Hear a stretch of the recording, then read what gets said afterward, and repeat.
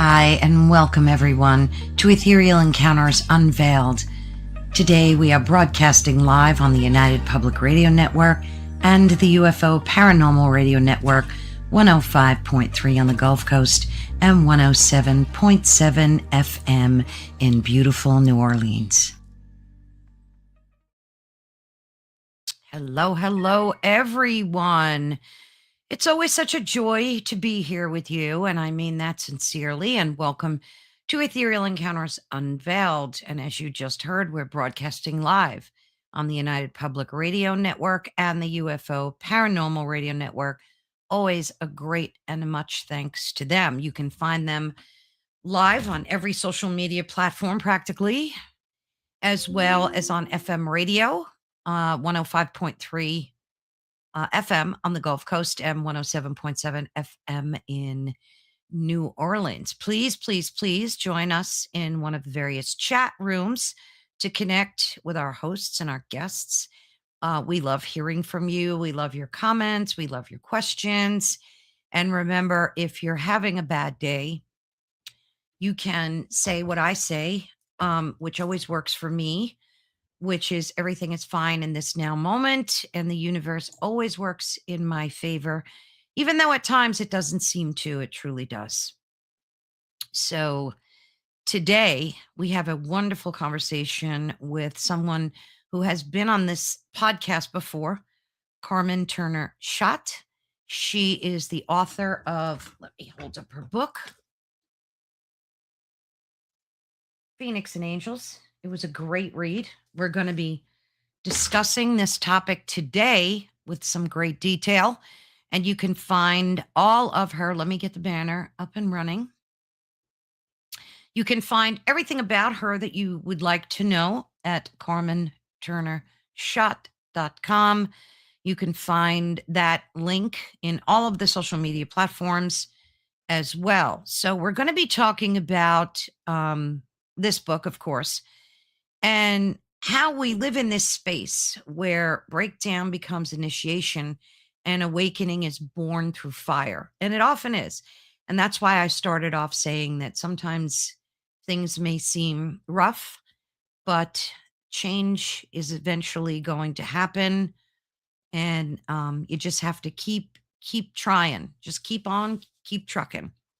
And we're going to explore Phoenix energy and angelic forces in times of awakening, and how astrology, specifically the 8th and 12th houses, maps the moments where life strips us down to something truer, and so that something truer can rise up. These are the chapters of existence that most people fear. Yet, they're often where purpose, protection, and profound spiritual clarity are found. And I love that. Astrology has really resurfaced into the zeitgeist, and it's become probably more prevalent now than I've experienced. And I've taken a huge interest in it as of late. So I'm excited to welcome Carmen Turner Schott. She is the author of this book, as I just showed you, Phoenixes and Angels. And Carmen's works gives us language to experience things that many people endure in silence: loss, suffering, rebirth, all essential, important things, and the unseen guidance that carries us through them. So, Carmen, let me bring you on stage here, and thank you so much for joining us again. Thanks for having me. I really enjoyed our last conversation. Yeah. And you've written so many great books. And as I just showed folks, we're going to be talking about Phoenixes, and I love this book, Phoenixes and Angels. Thank you. It's my favorite one. It's your favorite too. Oh, Yes. wow. Yeah, it was just so gripping in so many ways. And like, I'm going to go back through it again and start underlining and do all the things that Thank I you. destroy books, but I just can't help it. So you're going to see me say hello, of course, to folks as they pop in. Michelle, always such a blessing, dear one, to have you here. Carrie, oh my gosh, Show wouldn't be the same without you. Heidi, my star sister. She is my star sister. We just clicked. She's my star sis. So many others, but Carrie, definitely a star sister as well. Michelle, too. All these great people. Who's this? Omni Soul. I've seen Alien Grays. Best thing ever. Oh my gosh. We're going to have to dig into that a little more. That's awesome. That's awesome. I've heard so many people saying that they've been witnessing contact with like orbs and ET. Sure. It's crazy. I don't know. Maybe we could kind of punch into that topic a little bit too, Carmen. Absolutely. That's what got me into astrology, was seeing an orb when I was in high school. Matter of fact. So we can dig into this. This sounds good. Absolutely. Freaking love it. So. Yes. Much love, Carrie. So I want, for folks that didn't get a chance, and I'm going to link our other conversation because it was great. We had so much good feedback on that conversation, and I'll put a link to that where, in case folks missed it. But if you can tell us about yourself, sure, how you started this journey, and how you got to write so many amazing books. You're like really one of the most prolific people in the field of astrology. There's always so many good things said about you on the internet. Thank you. I love that. I'm wanting to reach as many people as I can that have these unexplained mystical and spiritual experiences, because it all kind of started for me when I was little, and I was born in the Midwest in the Bible Belt, where I was not raised to even know what any of these things were, but I was born different. This is what I say. I just knew and had this deep intuition, and I would dream things that would happen. I would sleepwalk. I would wake my parents up at night, tell them that, I felt like somebody was in my room and that I was afraid of the dark. I had to have nightlight, all that. And when I got in high school, I had two major experiences that changed my life. So the first was I had a traumatic event where one of my friends was accidentally shot and killed when I was 16. Oh, no. Yeah. And very eighth house. At the time, I didn't know that I had planets in the eighth house because I didn't know astrology at the time. I was 16. And so I lost her. She had just stayed the night at my house, and it was some boys had got a gun and passed it around the town. It's a long story. Way before we had internet. This was like 1993. Yeah. And they thought they had all the bullets out. They just didn't know how, and they did something. They mistake. It was a tragic accident. It wasn't, meant to happen. But she passed away, and I never had anyone that I was close to ever die. Had never been to a funeral, but I always was afraid of death. I had this natural thing where, what happens when I die? Where do I go? I always had these weird thoughts, and I thought, why am I thinking about this stuff? Like most kids, aren't thinking about this stuff. Yeah. So I always knew I was a little different than my friends and family, but I just was me, and so one night that same year, I played sports. So I played basketball, and I came home from a game, and I always had to have my bed facing the door with the door open with the nightlight on because I didn't like sleeping. And it was the house I grew up in. I've been able to sleep in the dark now, depending on the land. I think there was some haunting. There was some stuff going on. I was just sensitive. Yeah. Now I know that I'm older. I was sensitive to activity going on the land, I think it was. So anyway, I woke up. I kind of fell asleep, woke up, and I was wide awake. It wasn't a sleep paralysis thing. I've researched all this. I was awake. I look, and there's a glowing ball of light in my doorway, orb, and it was yellow, translucent, like water floating there. And I was terrified, of course, because I was 16 and it was the unknown. And I tried to yell. I tried to scream for my mother, but it's like it froze me. So I had no voice. I had no voice, and I'm like trying to yell, and I couldn't move. I was paralyzed. Like I knew I couldn't move, but I was completely aware, completely awake mentally. So I could control my mind. That's the only thing I could control. So I kept saying, please don't come in my room. Please don't come in my room. And it just floated there in the door sill, never came inside my room. And it would fly down the hall, come right back and hang there. And it was bigger than a softball.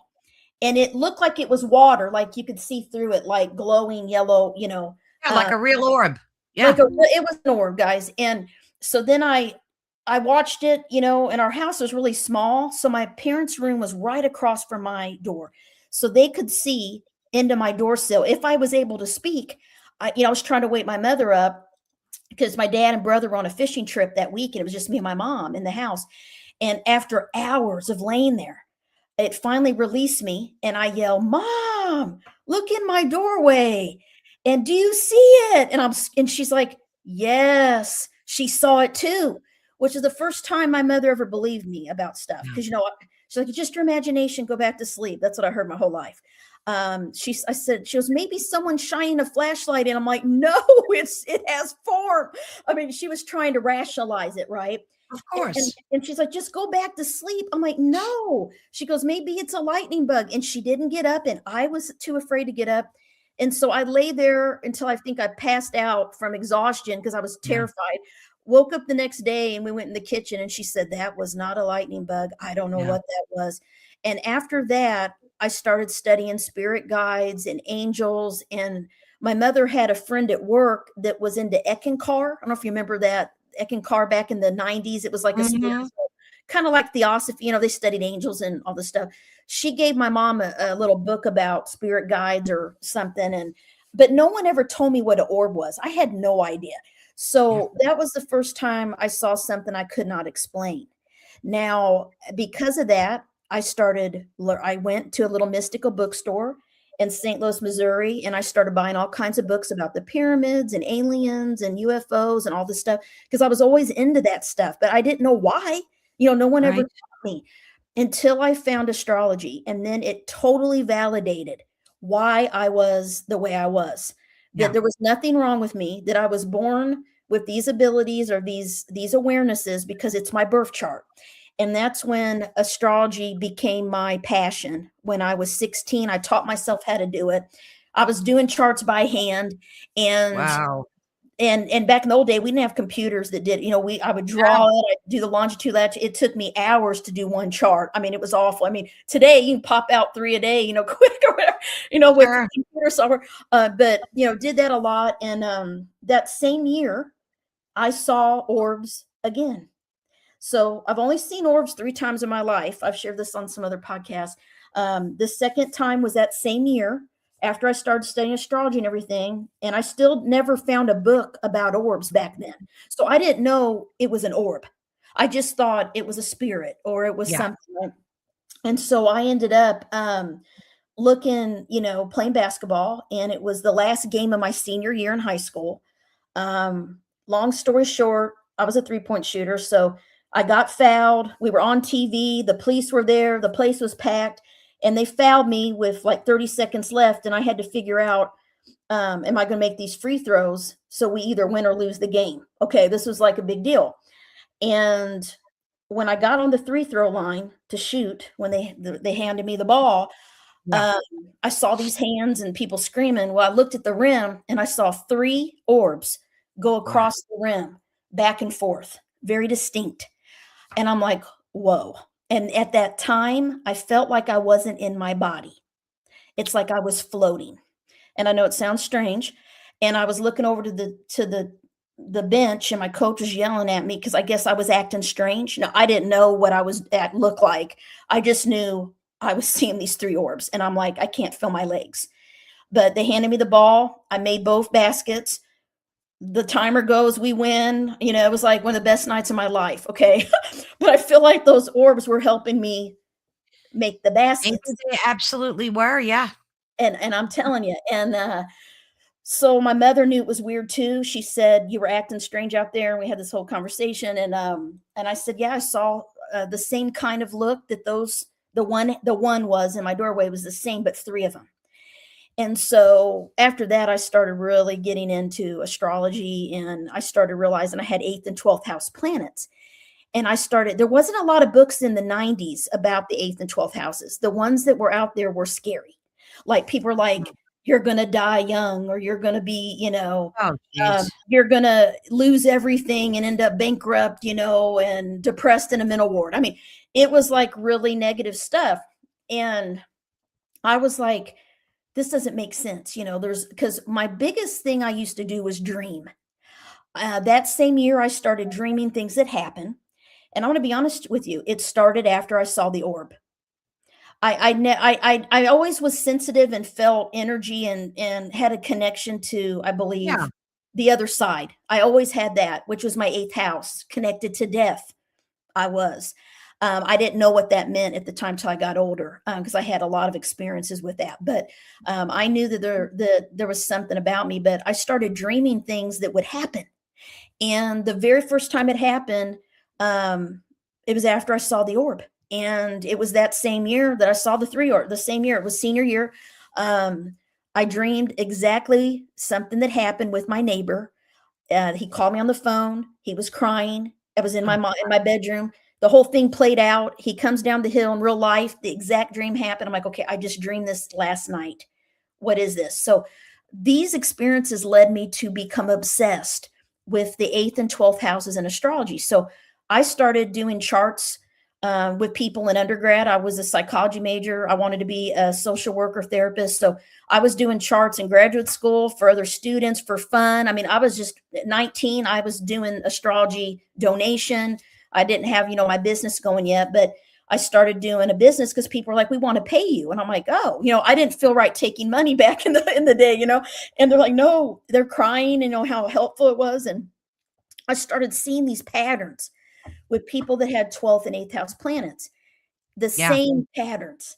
And, with the 12th house, there's often a feeling of an absent missing parent. Like the sun or moon is there. Like it can be like an absent missing father figure, addiction of the parent, maybe divorce, things like that.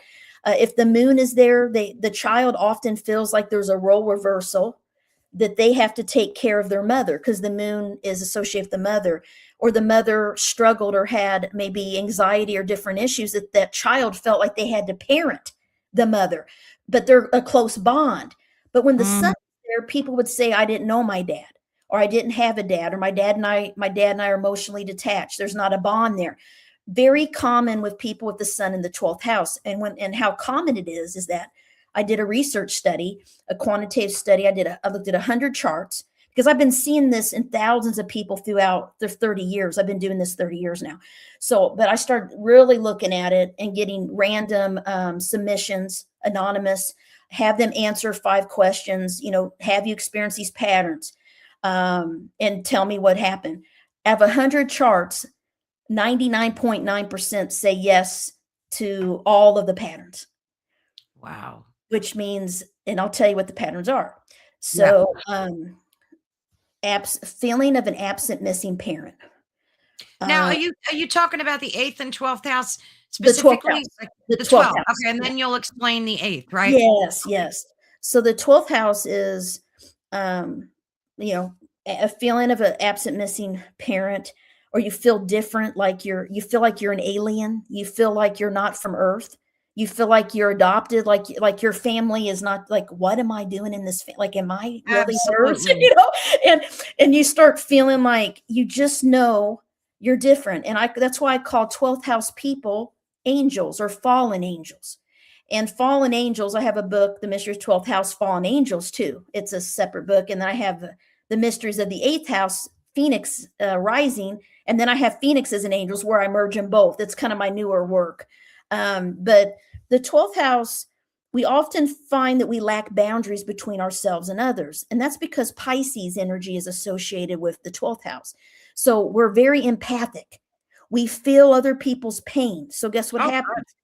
One of the patterns is we attract people that have problems, people that have Gospel truth. pain, people that need to be healed, people that need fixed, people that want to use us, people that want to suck our energy. Sometimes we have to learn when people are, not good. We see the good in everyone, kind of idealistic.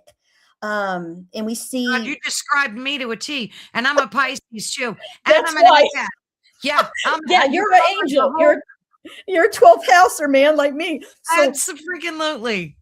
so you start feeling this. And and when I was growing up, the other thing I would feel is I would feel like I was in a dream.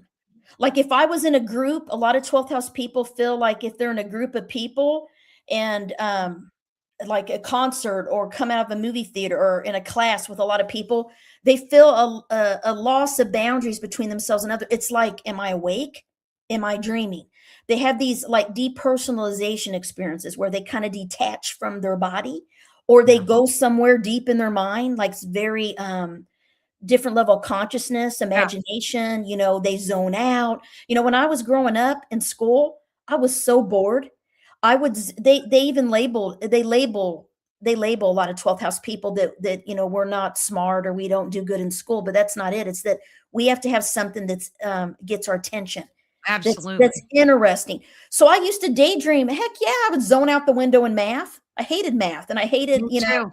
and they label me and they put you in special class, and then it's like it's just, they don't teach you the way you need to be taught. Absolutely. I was bored, and so I'm daydreaming, zoning out the window. I mean, because I wasn't interested. So we like to go in our imagination. We like there's a need for solitude, a need Yes. for alone time. Like we have to have time alone to recover because we absorb everything going on in big crowds and with people, and we take on people's stuff easily. And I realized that about myself, and I would just attract people that weren't the best partners. I had Venus, the planet of love, in the 12th house conjunct my sun, so I had these relationship karma, like always getting with people that either were very unhealthy, or they were lying to me and they would cheat, or they were not abusive, or just not good, but Yeah. I would only see the good in them. And so that was kind of, my journey. But a lot of 12th house people, um, they're very psychic, very sensitive. They usually have dreams that happen. They Oh, yeah. usually get messages through their dreams. And that's Pisces as well, because Pisces is 12th house. And after 100 charts, all 100 said yes, that at least once in their life they had a dream, Oh, because yeah. 12th house rules sleep and dreams. Okay, it rules the different levels of consciousness. It rules the collective unconscious, like Carl Jung talked about, where we're all connected.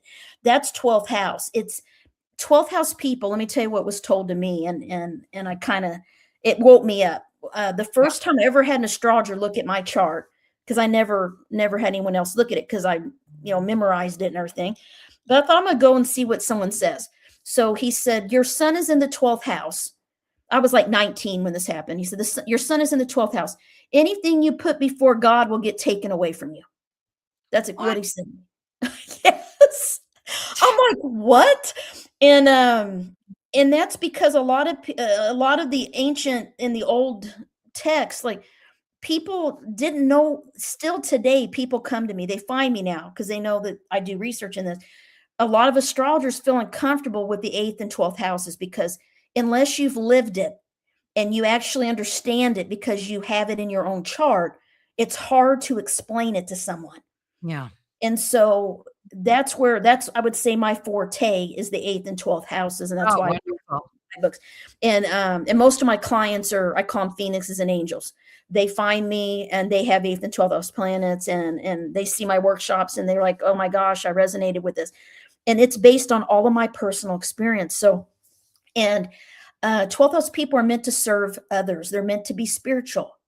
They're naturally spiritual because they have this one foot in the mystical, one foot. So what it is Absolutely. it's the house of invisibility. It is what a lot of people, we call it, where a lot of 12th house people feel like people don't notice them, or they don't recognize their talents, or they just ignore Spot them, or on. I'll be on a Zoom, like at my last job, I'd be in there and everyone is supposed to introduce themselves. They just skip me. They don't even know I'm in there. Or I'm in the office and they're, oh, I didn't know you were sitting there. And what it is, it's our energy is on a different vibration than most people. You know It's what like, it's like? It's like we wear a cloak of invisibility yes, intentionally. I think yes, it's intentional. I really do. protect From my ourselves. Yes. perspective, I really feel that it's a protective measure Yeah. that we learn to implement. Go on. So it's like we just we walk in two worlds, and what happens is people are drawn to the 12th house energy for healing. There's something about our energy, our vibration, that they're drawn, and they want to share, and they want to tell their problems, and they may not even, it's the shadow. And what happens is they typically feel very vulnerable once they talk to us or come around us. And if they can't handle that intensity, Exactly. they betray us and they push us away. And then we feel like we have these secret enemies, is what a lot of people tell me in my group. I have a 12th house astrology group, and a lot of the theme is, why do I have these secret enemies? Why are people jealous of me? They have these things that happen that hurt them, and it has to do with people.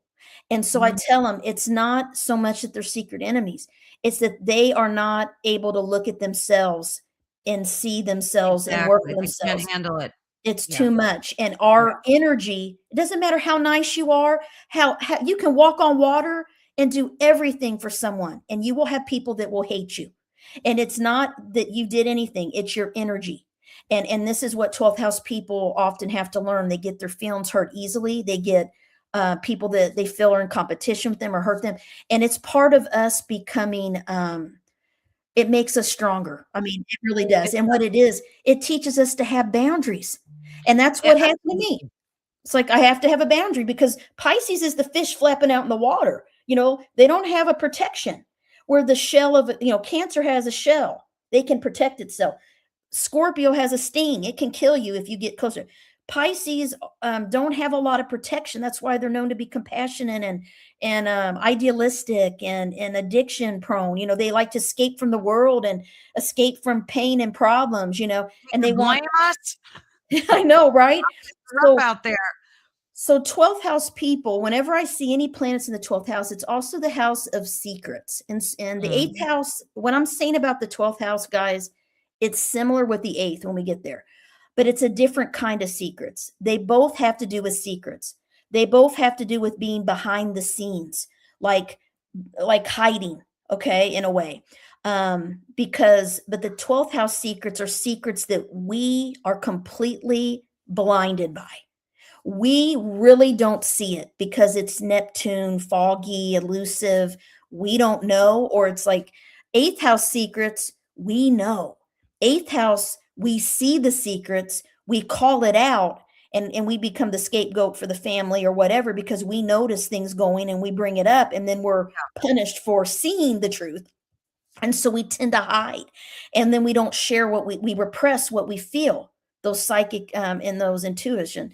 So you hide it. And then but we always know the secrets. Eighth house is ruled by Scorpio Pluto. Everything in Pandora's box comes out. Everything hidden in secret, the shadow, is revealed. Where 12th house, you feel a little lost sometimes. Like you can get fooled, and you can get where you trust people too easily. Eighth house people don't trust people very easily. They're guarded because they have Scorpio that says, I don't feel right about this. I'm going to protect myself till I really trust them. Where 12th house is like, I love and trust everyone, love and harmony. Everybody's like me. And oh my gosh, you just think everybody's like you. But they're not. And so there's a little bit of a different lesson with the secret part. But 12th house people often, they often go into psychology, social work, counseling, spiritual work, energy healing, astrology, tarot, you name it, mediumship. But mediumship is often found in the eighth house. People that have mediumship abilities, connecting to the dead. Being connected to death is one of the major patterns of the eighth house.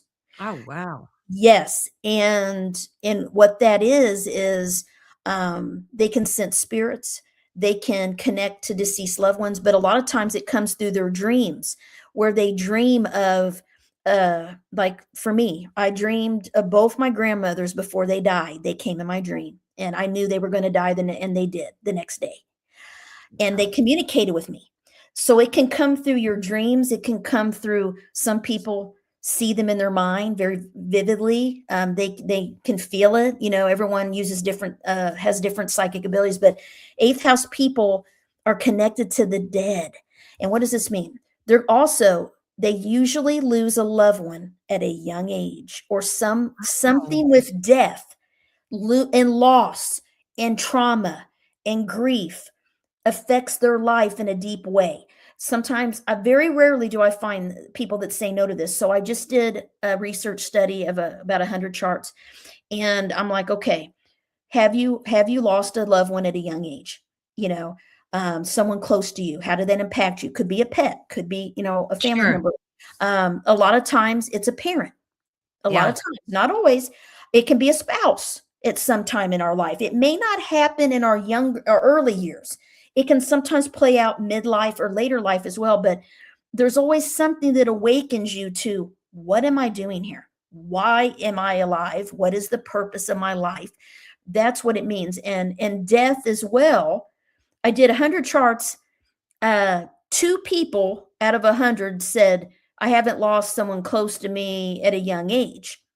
Maybe, I had grandparents, I didn't know them, whatever. But when I started digging deeper with them, I'm like, did you feel like your life went through death and rebirth experiences where you emotionally, mentally changed who you were, how you felt about things? They said yes. That fits, because death is transformation and rebirth. Absolutely. And regeneration. That's 8th house, Phoenix energy. It's so 8th house people, I call them Phoenixes, because they often go through these feelings where they are like, they wake up one day and they like something died. That's the only way I know how to explain it. It happened to me my whole life. And I would give away my clothes. I remember I was like giving away all my wardrobe. I'm like, I don't want any of this anymore. And I'm giving away stuff in college. And I just did this last year. I totally walked away from a job of 25 years because I literally was in the kitchen and it's like, you're done. It's dead. You're done. So you can have a mixture of both Yeah, if in your you may have planets in both. I'd have to see your birth chart. So for those listening, you can go to astro.com, and you're going to need your date of birth and year, month, day, year, your exact time of birth. AM or PM is very important. The time will show what house the planets are in on your day, and place, and then place of birth, city, state, country.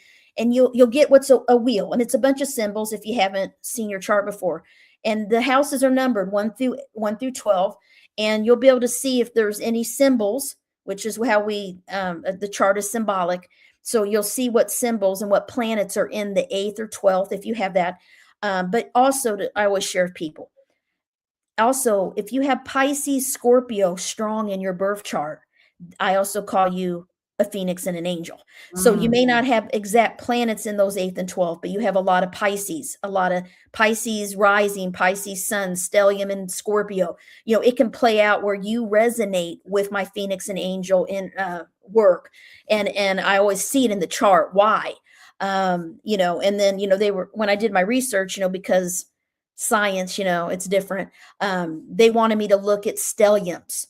They wanted to say, we need 3 or more planets in a house to be able to say that this is a statistical event. And I'm like, I disagree, because people have these patterns with Scorpio Pisces energy and no placements in the 8th or 12th. And they also have it when they have one planet in the 8th or 12th. You don't have to have a stellium, but I did do research where I only looked at charts with 3 or more planets in the 8th. But I still argue, because everyone with the sun there, moon there, they feel the pattern. Yeah.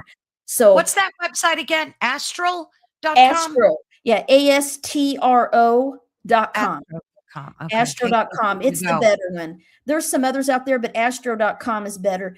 And then if you want me to send you your wheel, feel free to email me through my website, CarmenTurnerSchott.com.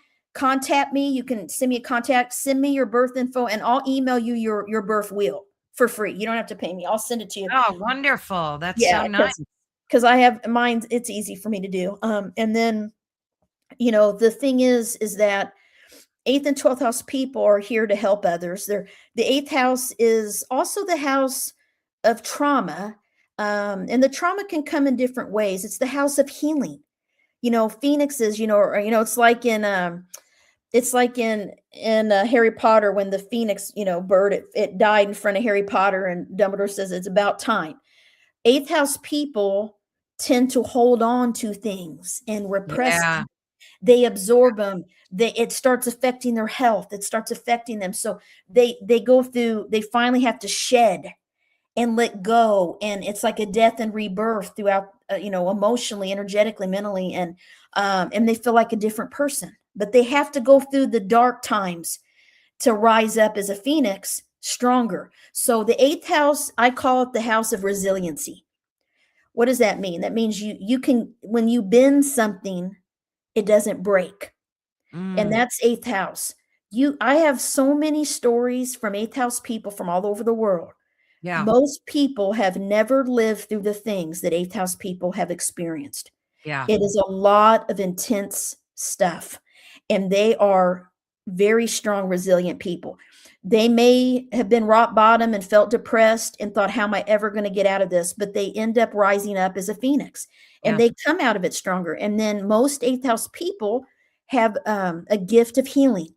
So they end up being wounded healers, where they help other people that have been through similar experiences because they've been through it.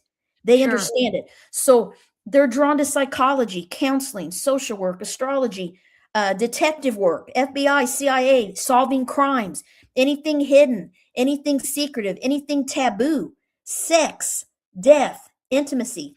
It's other people's resources is the eighth house. So the goods of the dead, the land of the dead, people's debts, working with other people's money. So you'll find people that are financial bankers or on Wall Street that are dealing with, or lawyers that are dealing with wills and estates. That's all eighth house.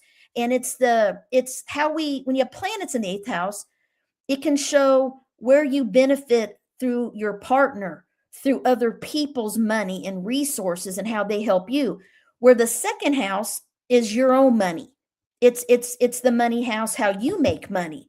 But the eighth house, your money and your possessions are often tied to other people and how what they give and benefit you. So an example I give is my my moon and Jupiter and Chiron are in the eighth house in Aries. Well, my grandparents, so my moon is there. My maternal grandparents really helped me a lot financially, emotionally, in every way. They were really like parents to me. And I always wondered why. And that astrology validated that for me, because I used to feel guilty that they did so much for me. But it was like, you're meant to benefit through the maternal side of the family. If the son is there, it can be through the paternal, the father side. Right. Ooh, an important thing. These two houses are also linked to ancestral karma. So this is one, especially the 12th and 8th, but the 12th specifically. People that have planets in 8th and 12th, they often are the person in the family that breaks the pattern of abuse or breaks the pattern of dysfunction, or calls it out into the light for the family. So there's healing along the whole ancestral line. So I did a little video about it, ancestral healing in the 12th house, because you'll see, I meet so many people, like their father was an alcoholic, his father was an alcoholic. This 12th house is really about addiction. Yeah. The 12th house and Pisces people have to be careful about using drugs and alcohol to escape and numb themselves, because they are so sensitive. And they use it to relax or to still their anxiety or to sleep. There's all these reasons they self-medicate is the danger of the 12th house. Okay. Also, it helps you dig deeper into your spirituality. That's why a lot of people do DMT and stuff like that. Yes. Ayahuasca, all that stuff, because it elevates them. Yeah. Yes. And they're drawn to those feelings of altered states. 12th house people are. Yeah. Like to mind, like to escape into so I always say, let's find healthy ways to do it. As long as you don't get addicted where it becomes a crutch and you can't function in the real world, there needs to be a balance. Well, it's like that with anything. You could have a glass of wine with dinner, and as long as it's not, getting in the way of your work, your life, it's perfectly fine. Yeah. Absolutely. So let me ask you this. With all this insight that astrology gives us, does it accurately predict like future events, things we need to watch? Like, how does that work with the 8th and the 12th? Absolutely. Oh my gosh. So this is the thing I always say too, in my book, Your Astrological Energy, We have all 12 signs in our birth chart somewhere. We have all 12 houses. And so we can learn to harness the energy of all of this stuff. We can do it. Thank you, Hillbilly Herb. I have a code. I have a code for those listening. I plan. It's Phoenix Angel, capital P HOENIX, capital ANGEL, and you can get 50% off a consult with me. So you can go to my website, Phoenix Angel, put the code in, click the check mark. It'll get you 50% off an hour or 90-minute session with me. You can book right on the site. So awesome, Carmen. Thank you.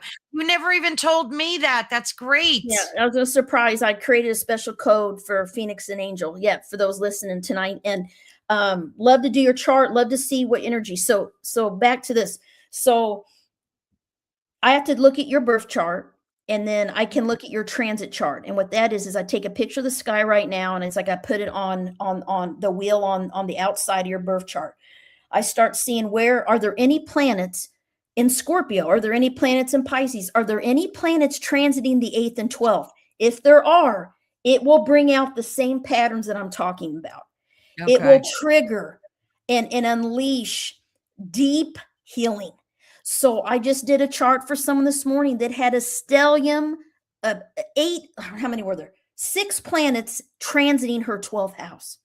She has felt so tired and just emotional and lost, like she doesn't have the energy to do things.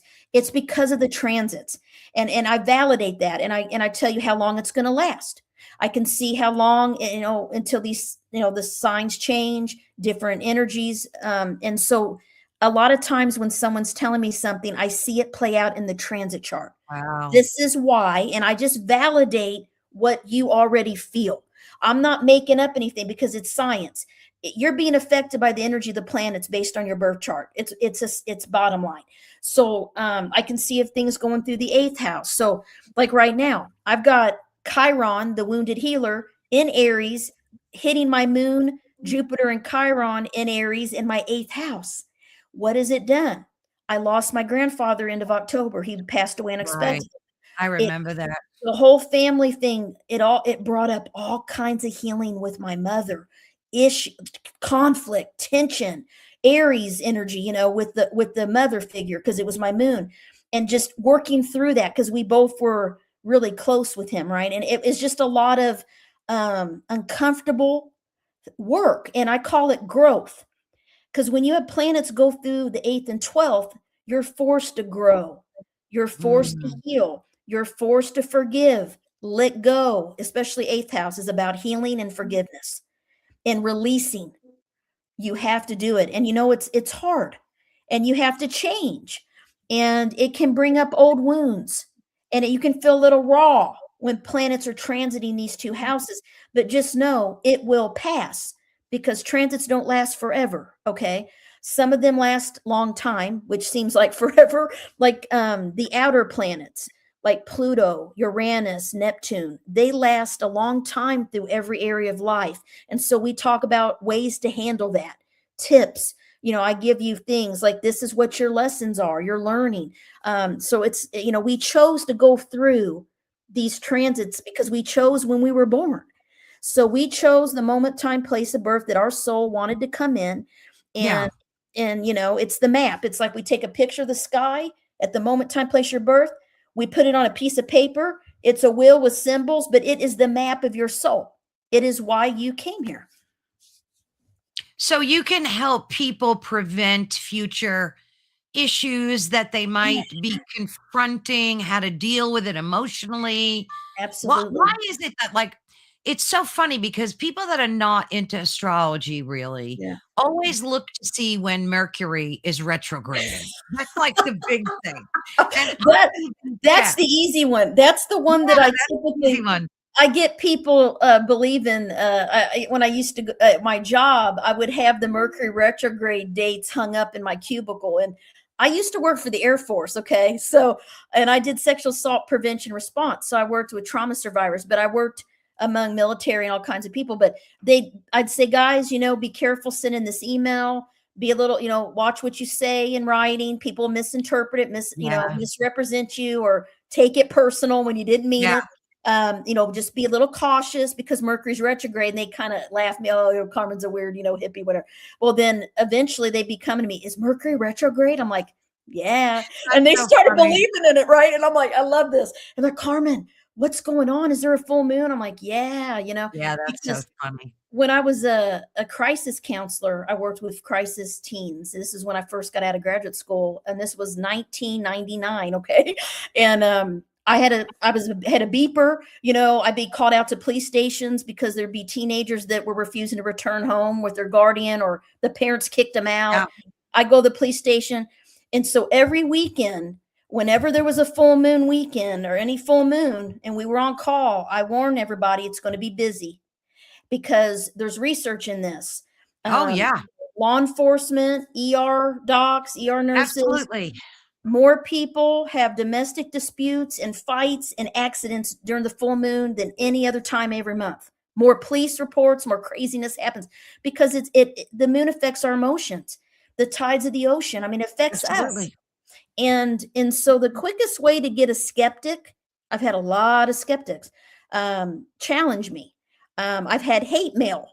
I've had Christians write me that I'm going to hell and all this stuff. And what they don't know is that I'm very spiritual, and I was a Christian. I'm a Christian mystic at heart. Okay. So I know that astrology is in the Bible.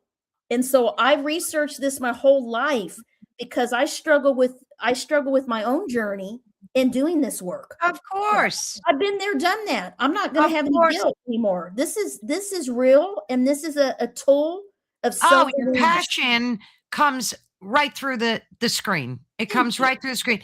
I love what Hillbilly Herb said. Sometimes it's just enough to know that it was written in the stars and out of our hands. Yeah. That is so brilliant and so true, right? Because isn't surrendering a part of healing too? Absolutely. Yes.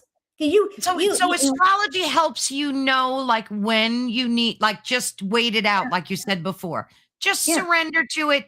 This too shall pass, right? Absolutely. It's just energy. That's why it works. That's why it's accurate. It's energy, just like everything is energy. And when you meet someone, it got to where I practice this. So in my mind, I'm a Virgo, and I am very practical. Like, I'm very, I love to learn. I love to help people, but I'm also kind of practical too. I'm very out there at times, but I also can be very practical. So I start practicing. I would meet people and I would try to sense their rising sign. I'd sense their try to figure out what's their sun, moon, and rising. I would do this little test. They didn't know I was doing it. I'd be around them a while, I'd fill it out. And then when they'd talk to me or get close, they'd say something and it would validate me, or they would find out what I do. And I'm like, I think you're Taurus rising, but let me check. And then they would be. And I'm like, you are. Or I'll know if someone's time of birth is off. Like, I'm like, that's not the energy I'm feeling from you. I don't think we have the right time. And then they'll say, oh my gosh, I told you AM and it was PM. So I'm not just a psychic. Okay. I am feeling the energy, which astrology rules everything. What's going on every day, what we have in our hearts, our emotions, our mind. The planets are changing through. The moon changes signs every 2 to 3 days. So that's why every 2 to 3 days we feel a little different emotionally. We may be tired one day. The next day we're like spastic, wanting to get everything done, So I watch the moon cycles because I can feel in myself a change in my mood, Absolutely. Now, Hillbilly brings out a good point. He says he's Capricorn moon. I was raised to feel all my mom's emotions for her. I have major chronic wound story finishing right now. You talked a little bit about trauma and ancestral trauma. Does astrology help us with that? Absolutely. How does it do that? Like, if there's a lot of placements, but like 8th and 12th, but also any transits through the 4th house of home and family, which is the house of the mother, the house of the family, but also your nodes. Like, if your nodes are in Cancer and Capricorn, the north and south node of the moon, they look like headphones.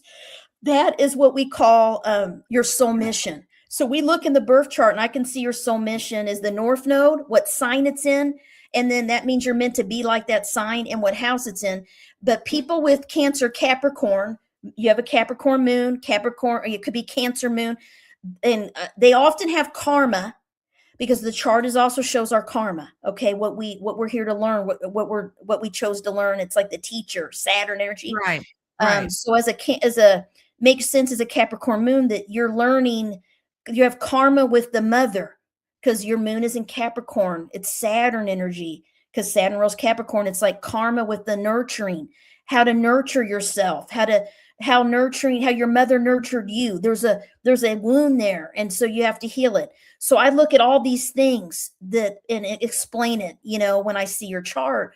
But Capricorn and Cancer, I call it family karma, because it's the fourth house is the home and family house. It's your childhood, your roots, your parents, your own family, your husband, your kids, and whatever's going on in that house or transiting that house is going to bring up those issues. And anything in the 10th house is career, work. But people that have the nodes in Capricorn and Cancer, they often feel responsible for taking care of one of their or both of their parents in some way. Sometimes they have to move back to their childhood home, and they feel like they need to help them financially or emotionally, or it just happened to be them. So I see this in thousands of charts that I'll say these patterns I find. So anyone with Capricorn, Cancer nodes, I'd say 99.9% of the time, they say, yeah, my mother's living with me, or my dad's living with me, or I moved across the world to live with my parents to take care of them. And I mean, I see it and I know how it plays out. And that's their learning because they chose to have the nodes in Capricorn or Cancer. So it plays out in different ways. But I dig into a lot of stuff. So I call myself a psychological astrologer. So I'm not so much into, the degrees of all the stuff. Yeah, I know it. I'll highlight it as something's a special degree, or I am more about the depth and the psychological energies and patterns and karma and things that we're here to learn in our soul mission and healing. So I use it as a tool to help survivors of trauma as well and to heal. So a lot of people with eighth house planets specifically often feel traumatized by someone that they trusted. Now it can play out in many ways. This is what I started noticing. And then, could be where they feel like maybe they were abused. Maybe they remember being sexually abused, or maybe they have issues with sexuality. That's very common with intimacy. And that's because of childhood stuff. And sometimes I've had people read stuff about the eighth house that scared them. And they literally wrote me from all over the world, especially a lot of people from India, because they do astrology there, but it's a little different. It's not Western. And they would say to me, oh my gosh, they said I would die young. My life is cursed. Am I cursed? I'm like, no, you're not cursed. This is ridiculous. And so I'll help them because a lot of people don't understand the 8th and 12th house. They just think it's bad. They're actually the best houses to have planets in, and I wouldn't change it for the world because it makes us spiritual and deep and resilient people. And how do you learn what each position means? Like, is this something that's historical in nature? Like, okay, your planet's here, your moon's there, how did you know? Yeah. So the transit chart, it's kind of cool because it's really based on your rising sign. So the time of birth is very important because if we don't have an accurate time of birth, we don't know what sign is on the first house cusp, and rising for you is what we call it. So this is an example. Anyone that's Virgo rising, okay, I'm Virgo rising. We have similar transits going on in our life. We have a similar journey. That's what they call the rising signs, like the soul's journey, right? So that means all those planets, even though different year, those planets are going to be in a certain house transiting because of the rising signs being similar. Like I just did a few charts for people with Virgo rising where I had already been through Pluto in my 4th and it's in my 5th, and they're in it now. it's like depending on the degrees and the time of birth, the place of birth, it'll shift a little. But there's a similar lessons that some people will never live to see a Pluto in the fourth house transit. That's not their mission. And it has to do with the rising sign, okay, in your chart. So it has to do with having the whole wheel. So like, like White, I know someone that had Pluto through the 12th. I'm never going to experience that because that's not my destiny. So it has to do with your chart. If you have Saturn going, Saturn moves quickly, like it's like a 2 to 3 year transit. So Saturn kind of moves around, and we may all experience Saturn in all the houses. But those outer planets like Pluto, Neptune is 12 to 14 years to transit. It takes a long time. Uranus is like 7 to 8 year transit through each house.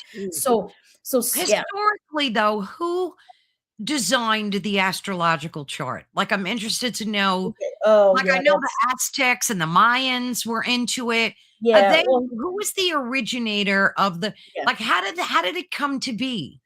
Well, that's a whole nother. We'd have a whole nother show. Yeah, If you guys look up Hellenistic astrology, right. I've heard of um, that. yeah, it's kind of like the ancient, like how astrology came into where it is now from to the West.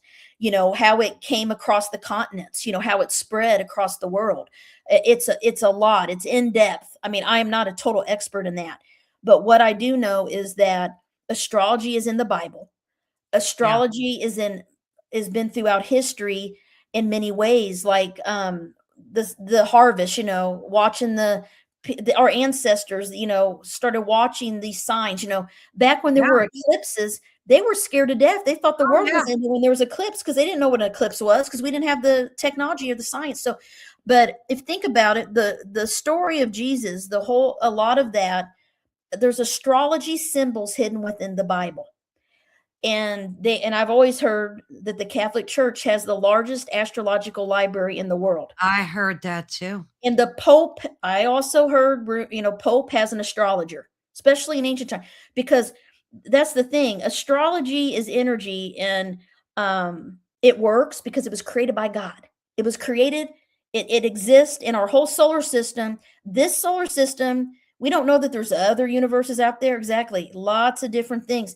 Yeah. But they followed the stars, the star to find Jesus, right? Then Oh, yeah. Jesus, the cool thing is Jesus said, I always look at the astrological things in the Bible. He said, the disciples asked, when will you return?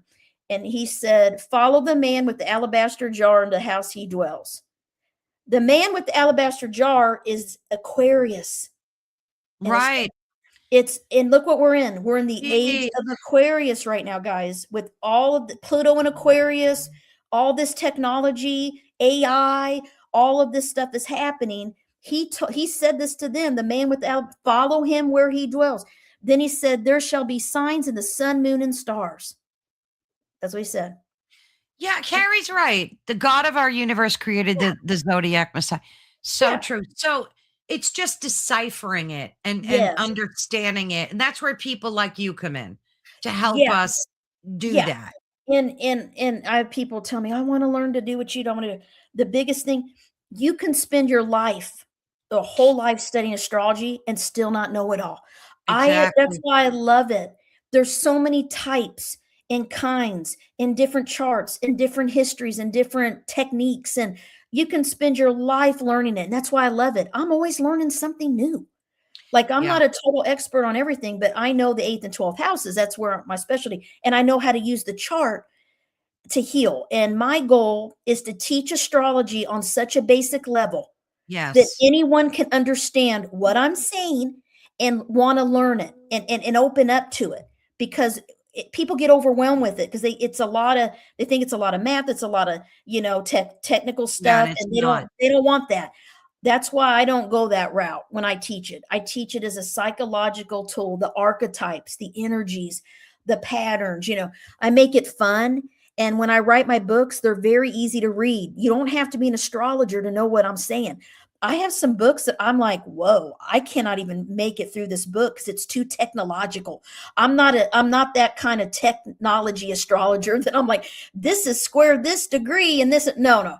that I know what that stuff is and means, but I don't focus fully on all those little bitty things. I focus on the map of your soul and your soul's journey, and I Oh, I bring love that. the Akashic records into it, Oh, nice. because your Akashic records, I just have the, and this is based on, I call it experience, but research. When I see something Akashic record, it is validated in your birth chart almost 100% of the time. Just like today, I saw something in the lady's record and I told her, and it matched her birth chart. She was an artist and she can paint and all this stuff. And I saw her painting and all this in there. I did not know her. I never met with her before. You can see this. It's all destiny. Like Now, do you people, tap into the records before you do a reading or while you do a while I reading? do, Yeah. yeah, while I do, I just, they're naturally there and I just see images, it's yeah, I call the life seal like Edgar Casey. I study a lot of his work Yeah. and the symbols. I'm very visual. So Yeah. I'll see a symbol or I'll see you doing something and I'll just tell you, hey, I'm seeing this. I don't know where. And they're like, oh my gosh, and people will validate for me. And so I've been trusting myself more to share those Sure. things, because I Yeah. used to hide behind the astrology chart. I didn't used to really share my intuition, which I do have, but now I've learned how to do both, Oh, good, because that connects so Yeah. perfectly. Yeah.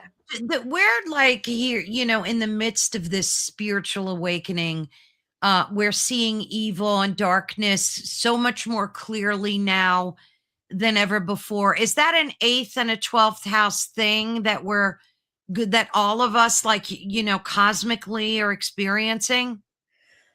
Um, I think that a lot of what's going on is this is Pluto into Aquarius is causing a lot of Is these that things. right? Yeah, because it's if Pluto is meant to destroy and transform and help us heal and grow, but Mhm. in Aquarius it's about rebelling, going against tradition, doing things differently, Yeah. thinking about humanity as a whole. How do we help society? How do we help humanity? How do we help the group consciousness? Like that's why it's just like this explosion of, how do we take care of the world, the food, the environment? All of these things are like in the Yeah. forefront. And AI, all this stuff is it's Aquarian. AI, robots, all Yeah, of it this is really does exploding. point to that, and then we had Three Yeah, Eye Atlas, that yeah. whole thing too. This Yes. blew my mind because I grew up with that song, The Age of Aquarius, Yeah, yeah. and the lyrics, "When the moon is in the 7th house and Jupiter aligns with Mars, and peace will." Yeah. Thank you Dawning for of the that, hillbilly. dawning of the age. Now, let me tell you guys a big event that's coming up this month in just a couple weeks here. Um, Astrologically, a lot of astrologers, they're trying to predict what's going to happen because we haven't really been around to see this event. Mm, So what it is the planets Saturn and Neptune have been in Pisces for many years. Okay, yes. in the sky. That means they stay in the same sign for a long, long time. I think since 2011. I have to look. It's something like that. They are both moving into Aries. One already is, and both will be in Aries at 0 degrees Aries. Degrees is like the start. 0 degrees is the start of the zodiac.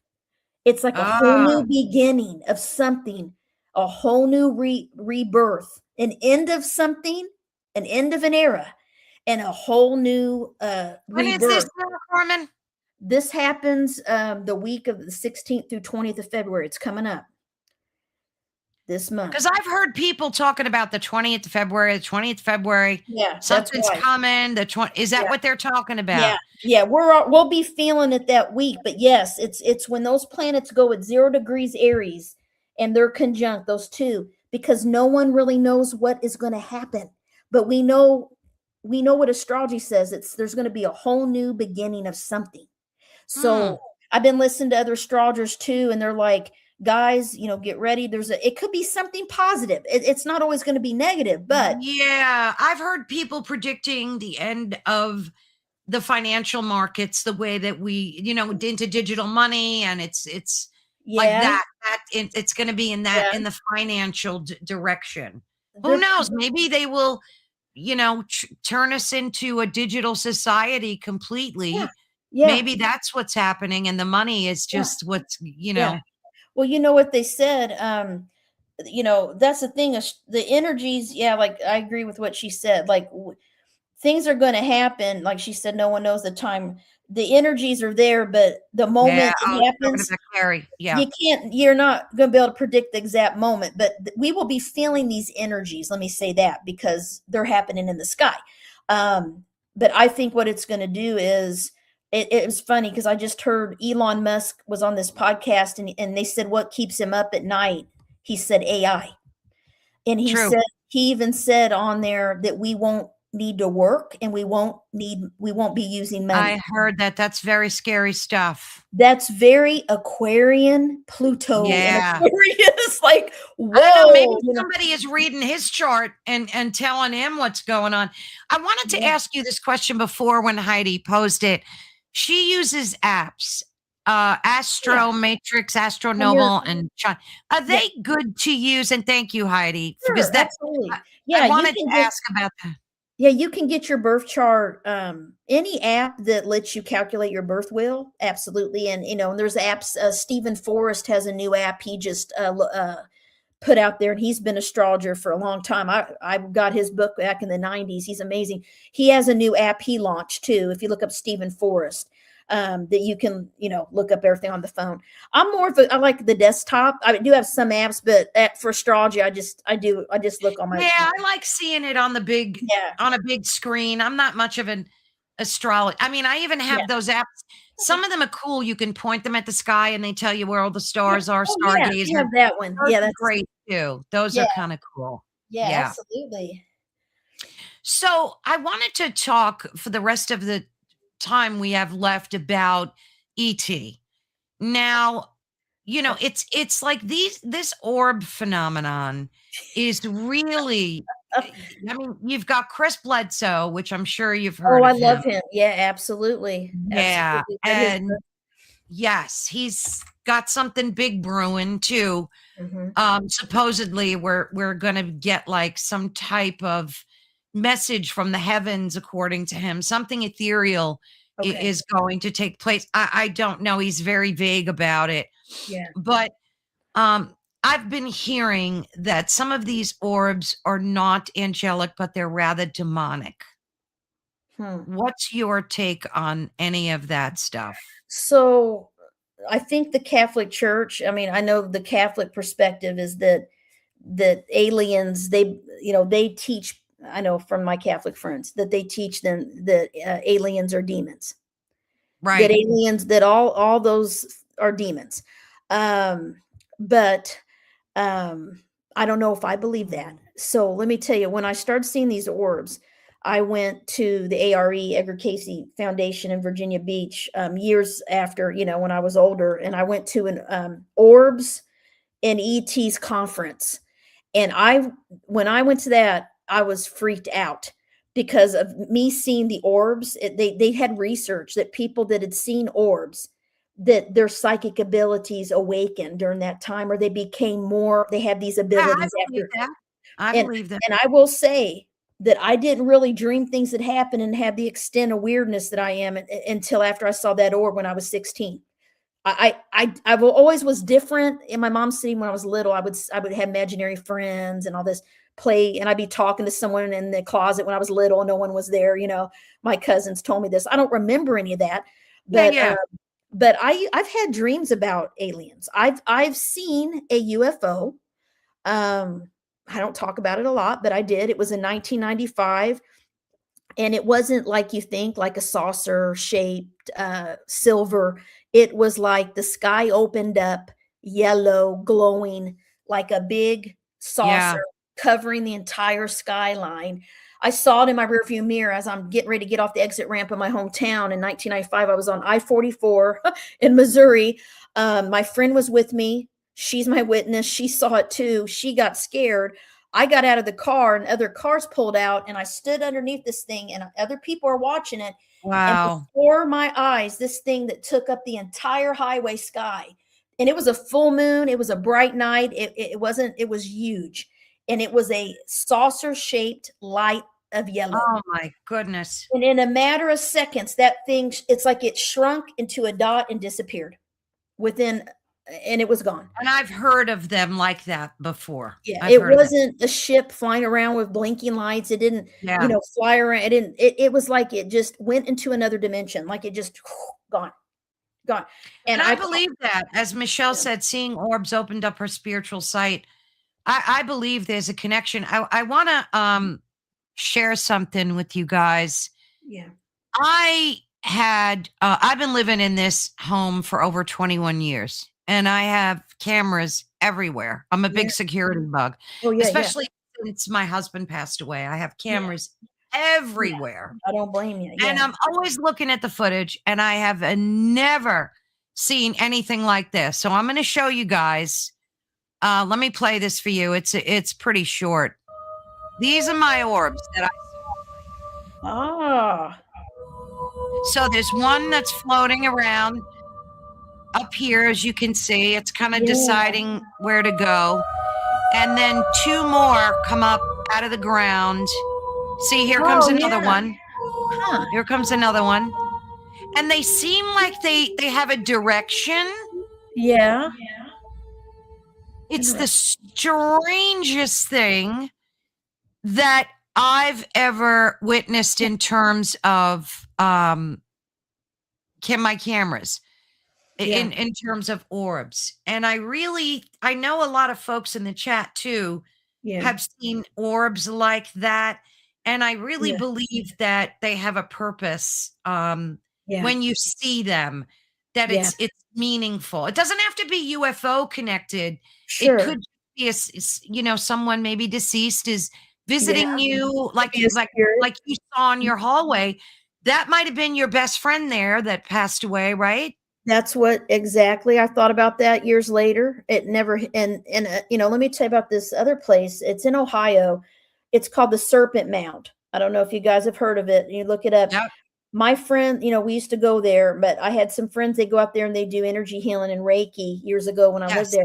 They took massive amounts of pictures, photography, and everywhere were glowing yellow orbs all over the whole land where they were. In every image on their huge lights. Crazy. They did not fake it. And that land, there's something with these ancient sites, I think, that have the energy or land. Maybe they're portals, maybe they're ways into different dimensions.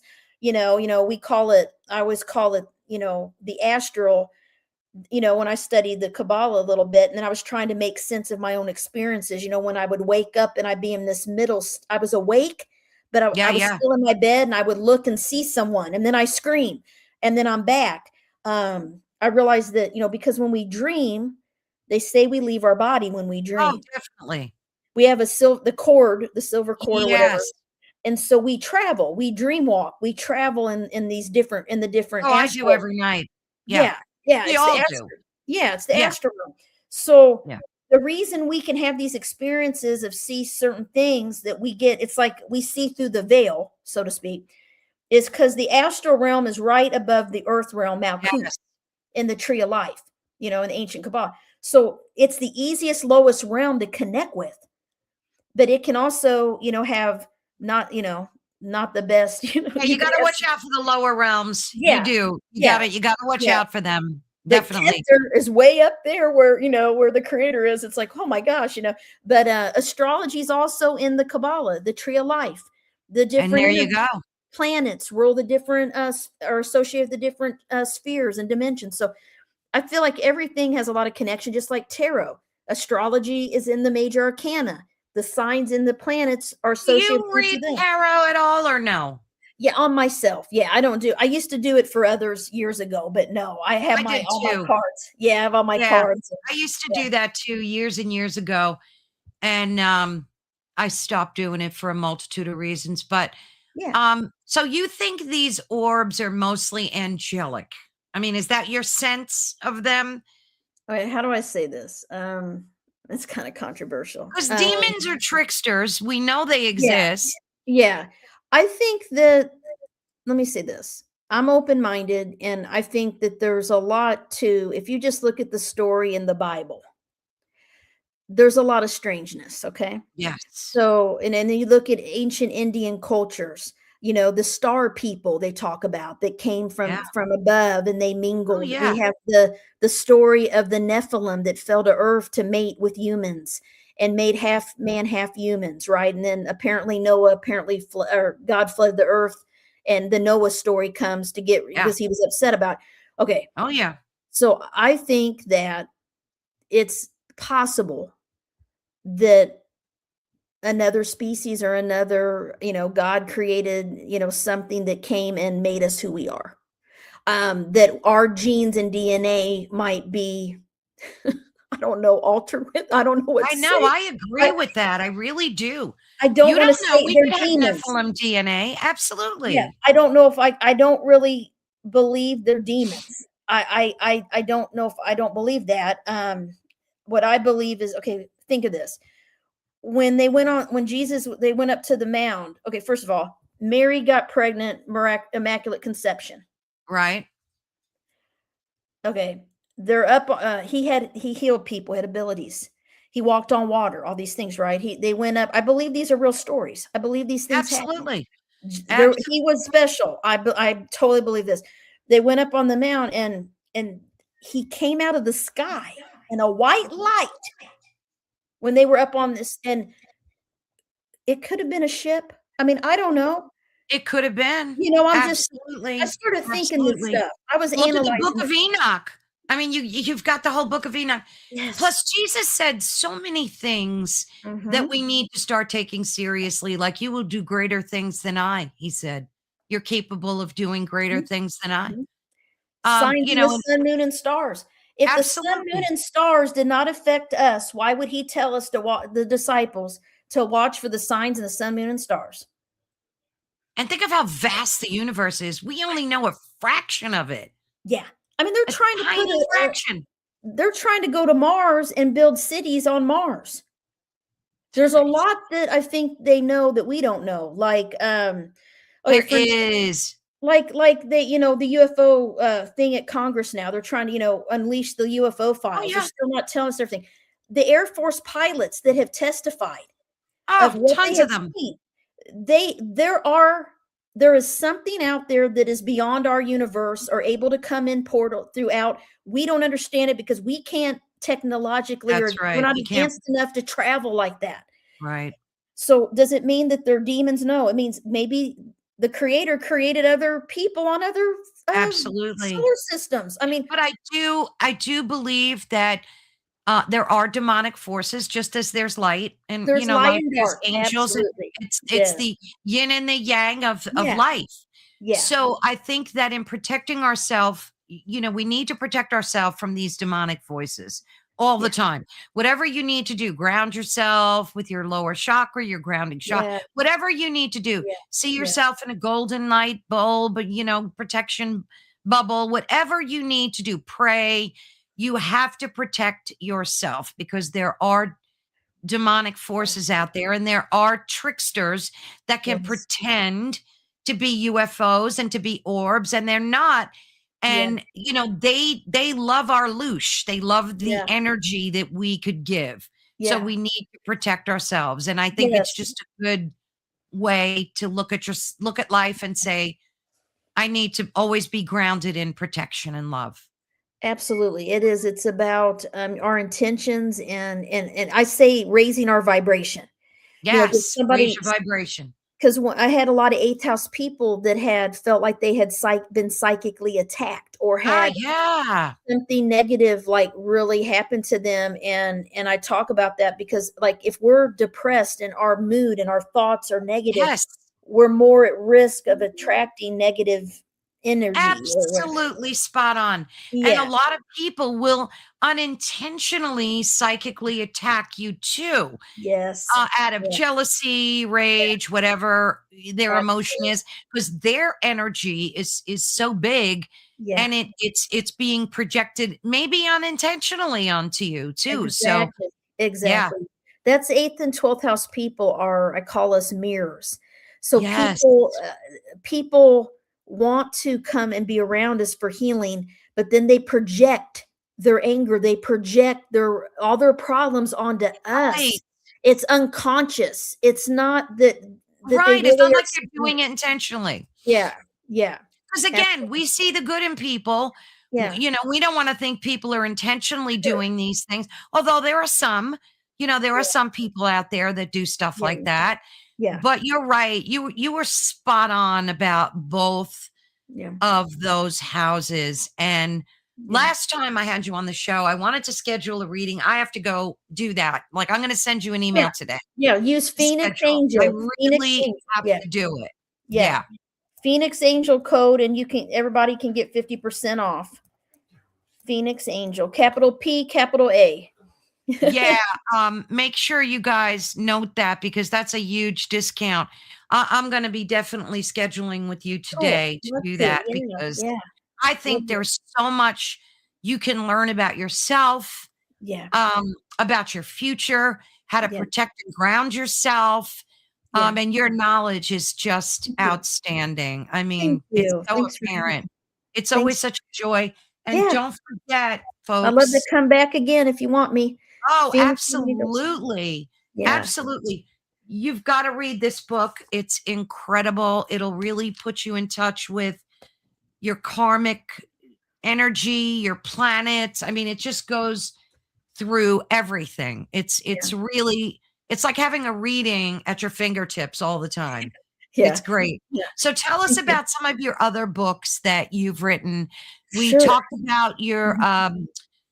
what was that book that we talked about the first time? Your astrological That's energy. it. That's my newest one. And it just came out in August, and it's an in-depth it's a basic guide, but it's this thick. I talk about transits. I make it all make sense. Every chapter is dedicated to one of the 12 signs, the planets in the sign, planets in the house, planets in the transit. And then, but my first book that I self-published that's out there is the Mysteries of the Eighth House, Phoenix Rising. That was based on my own experience in an article that I wrote. Mhm. And I ended up, people from all over the world started writing me saying that they felt like that was their experience. And that's when I really started. This is 2002, gathering stories and emails and people from all over the world. And I wrote this book. I actually put their emails in the book so you could see what they said to me. And I talk about the key things of the eighth house. And that was my first book when I really first started seeing the patterns. And so it's I think it's down. It's like Look where at all the books you've there it written. is. That's my first one, The Mysteries of the Eighth House, Phoenix. That's one of my Oh, best sellers, and it was my first research, and then the mysteries or the 12th house mysteries, Fallen Angels. I published with the publisher, and it was about my 12th house experience, and I share a lot of my own stuff in there. And then the Phoenixes and Angels, I kind of brought them together to give more tips and more stories from people. And this is kind of a merge of both houses together. yeah, this was the Mhm. one we talked Yeah, about, right? yeah, Yeah. yeah. And then the astrology's magical nodes of the moon is about the nodes of the moon, which are also mission in the chart. What sign they're in, what house they're in, is why your soul is here. When you do a consult with me, I get into that a lot. But if you want to learn more about it, that's also a good book. And then one of my favorite books is Sun Signs, Houses, and Healing, because I that was my first published book with a publisher, and it's really easy read and very tips on healing, self-care. I wish people would really get that one because I worked hard on that. It was one of my favorite books. So Oh, nice. yeah, So this helps you heal, transform, and strengthen yourself, yes, uniting sun sign personality traits with the astrological power of the 12th house. Oh, you love that 12th house and eighth, don't you? That's great. That's great. got So you everything. have classes and events. I know I catch I you do. sometimes I do. teaching.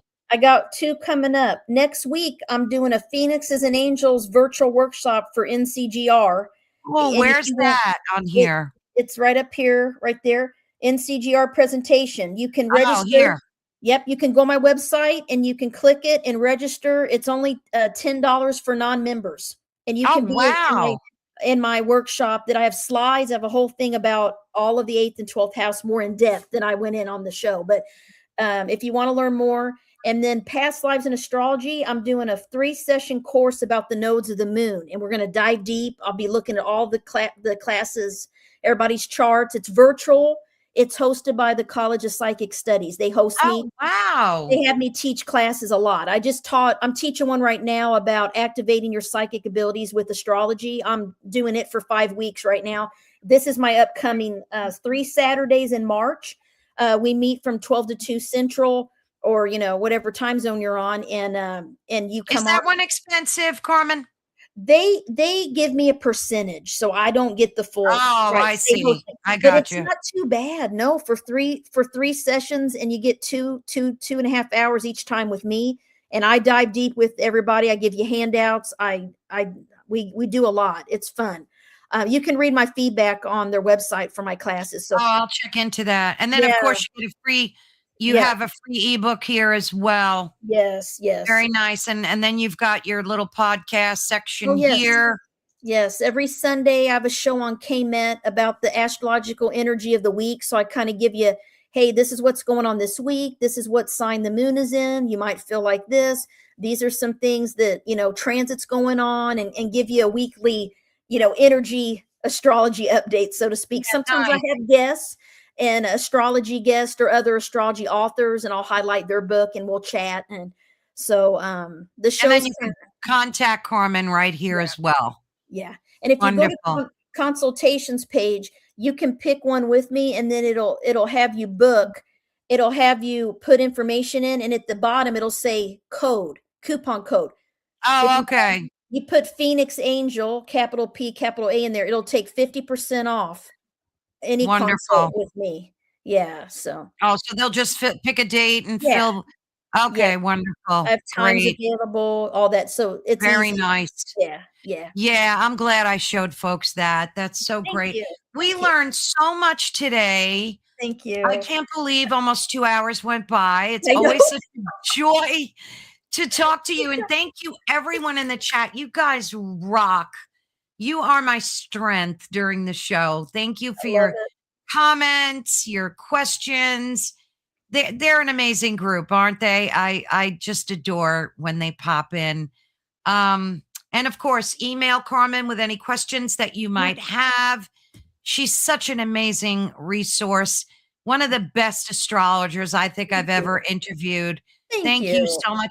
I Thank will you. be in touch for 2 reasons. I'm going to Okay. schedule you again because Okay. we're booking all the way Ooh, into okay. April. Let's do Yeah. it. So I'm going to Okay. get you a slot. We'll Okay. pick another book to talk about some Yeah. fun stuff. Let's do it. And I will be in touch soon. Thank Okay. you, Carmen. Thank you. Such a blessing. Thank Thank you you. all. Thank you. Bye bye, dear. Wow, she is one of my favorite guests in the astrology arena.